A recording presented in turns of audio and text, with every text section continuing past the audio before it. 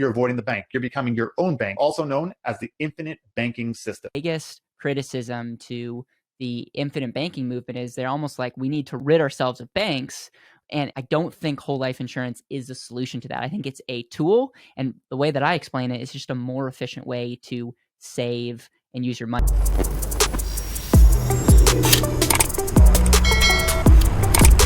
Here's how you become your own bank. You buy whole life insurance policies. As you put in money, what's happening is your cash flow is growing. It's what's called compounding. Now, what you do is you could borrow against that cash value and you could go buy a car. You could go buy real estate. And now what you're doing is you're paying yourself the interest. For those of you that continue to follow our journey, I don't like when people say you're paying yourself interest. You're actually not paying yourself interest. You're paying the insurance company interest. And your money is continuing to be in the policy and getting all the benefits. And so it's those little bit language that make infinite banking, I think, give infinite banking a bad name. But he's showing the banks that use this. So let's continue.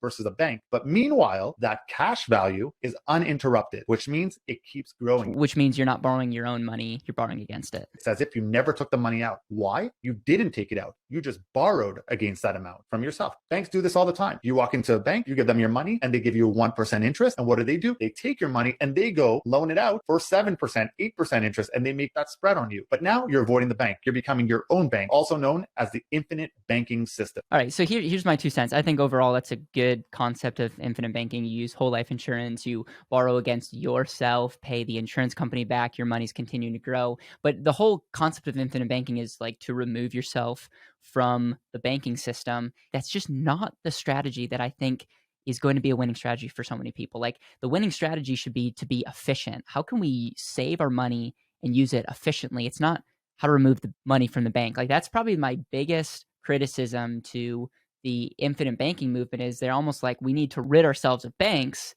And I don't think whole life insurance is the solution to that. I think it's a tool. And the way that I explain it is just a more efficient way to save and use your money. And so the next video that we're going to look at is a video of a stitch from actually one of my friends, Humphrey. And this person is going to tell us why whole life insurance or permanent life insurance is a bad idea.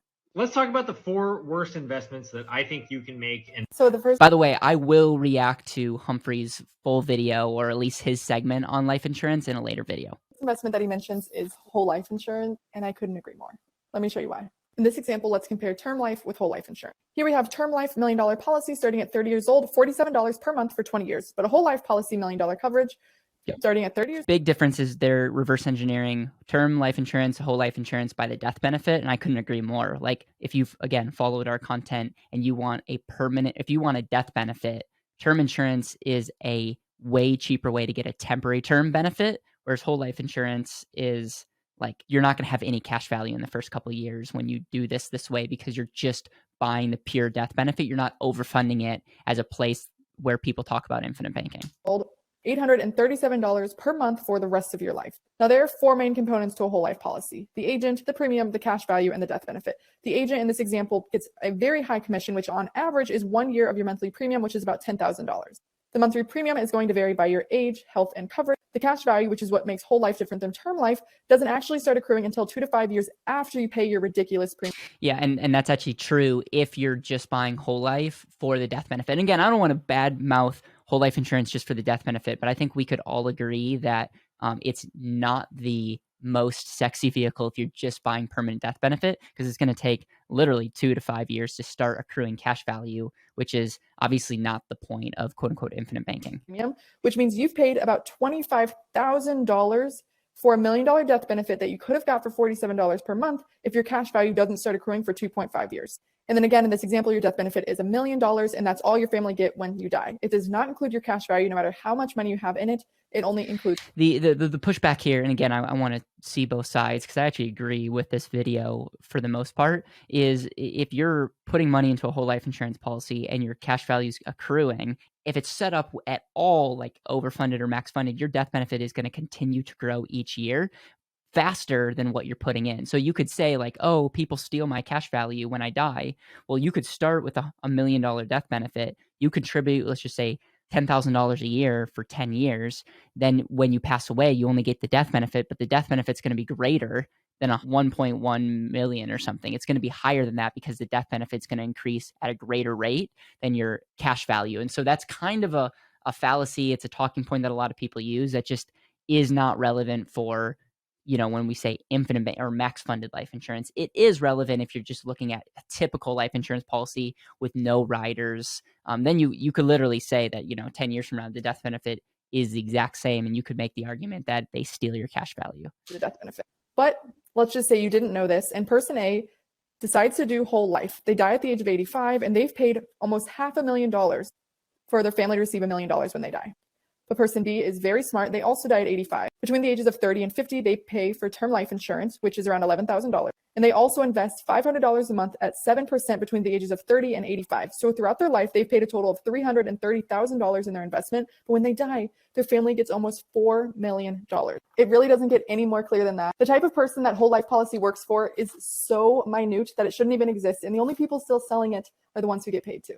Yeah, no, so let's talk about the pros of this video. I tend to agree a lot with what she's saying. Is like, typically if you're looking at term insurance or whole life and you're saying, hey, you could buy a temporary term, which is 30 years for $50, $60, $70, or you could, put $800 to buy that same death benefit. Like, yes, if you just look at insurance as an investment and you're just comparing person A versus person B, like, obviously if someone's just putting their money into life insurance, they're not utilizing it, they're not max funding it, we can all raise our hand and say for the majority of people should not do that.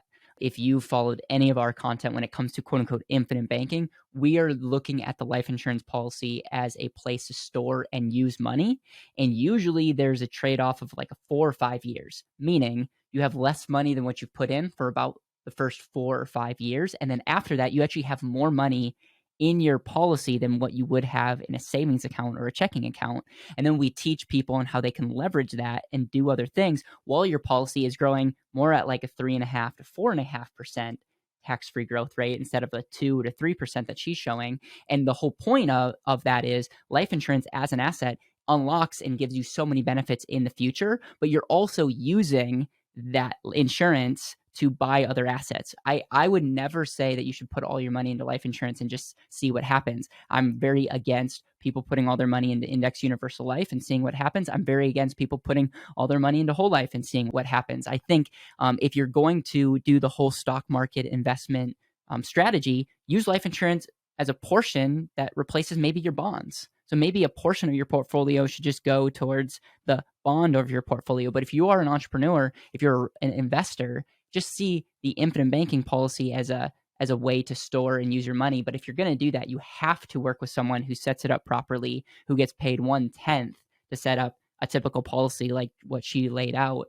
And it has to have early break evens and it has to be a lot more flexible. So overall, I think, again, this is interesting that one of these videos popped up as one of the infinite banking videos. And I think for the most part, if you're investing in whole life insurance, it's going to be a bad deal. And so that's where I always struggle, like being a person that's a niche in this strategy, because I know so many people are doing the wrong things. I would love to hear your thoughts in this from a standpoint. Is there points that I missed? Is there points that she made that were really good that I didn't cover? For the most part, if I was taking a step back, I would say I agree with her thoughts. I think you got to be really, really careful. So last video that we're going to talk about is infinite banking fully explained. I think it's less than 2 minutes. So let's jump in. You put your money inside a life insurance policy. A portion of your money goes towards the death benefit protection that covers your family if you die. But the majority of your money is actually going toward the majority of money is going to the cash value, unlike typical whole life or IULs, where almost no money in the first couple of years goes to the cash value. towards the cash value side of the contract. Essentially, that's like equity inside your own death benefit. On top of your money that you pay into the cash value, the insurance company pays you dividends that help grow your cash value even faster. We then go to the insurance company and borrow against our cash value. We use our cash value as collateral to support a loan against our own policy. We're able to use this money completely tax-free, and since we never actually take the money out of the policy, all of our cash value continues to accrue the dividends from the insurance company uninterrupted. Yeah, I mean, for a minute or for 50 seconds, that's a pretty good explanation. Here's what I would say to that. If anyone's teaching you to do infinite banking and by default you're going to be rich and wealthy, I would just beware. I also wouldn't start infinite banking if you can't fund it properly. And so we suggest having an initial $10,000 a year to get started. That might tick some people off, but at the end of the day, it might be worth waiting a year or two and saving that up and getting term insurance. I love term insurance. I love term insurance that especially gives us options for the future, and it protects your family now, and it also allows you to really focus on making money and focus on maybe continuing to build up cash in a checking account or in a savings account so that you can fund a life insurance properly. And so that's one thing that comes to my mind. And the other thing is, if people are obsessed about you buying like cars and groceries and going on vacations with your infinite banking policy and you're going to win because you're the bank, it's just not going to work that way. It's there's no free lunches, and the math actually doesn't work that way. The last thing I'll even say is a lot of people that teach about infinite banking are all about arbitrage. They're like, well, if you're making 5 or 6% over here and you're only paying this, like you're actually winning in the end. And for me, if you again follow any of our content, I'm like, no, you're not getting cash on cash arbitrage.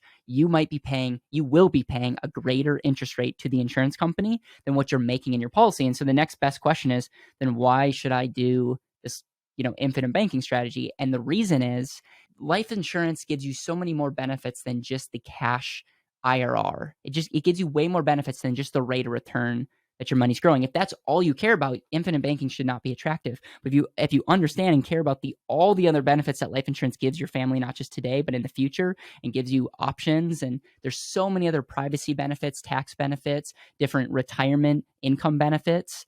If you understand all the benefits there, it's far more valuable for you to have that and borrow against your policy so that you get all those benefits in the future and have control over your money. Like that makes sense. But if the only thing you care about is the rate of return that you're getting on your policy and you want to make a quick arbitrage when you go on vacation or something, I'm telling you, it won't work out and you will get frustrated, and you'll probably say that infinite banking is a scam because people sold you, this bill of goods that you're going to like arbitrage your money.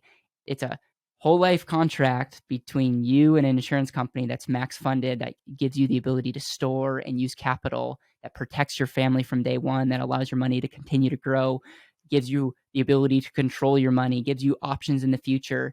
That's why that's it, quote unquote, infinite banking when done right. So if you have videos or thoughts that you want me to react to, please share them, and please let me know your thoughts in the comments. I appreciate you. This show is only made possible because you guys continue to like and watch and share. And for that, I want to say thank you. Have an intentional rest of your day.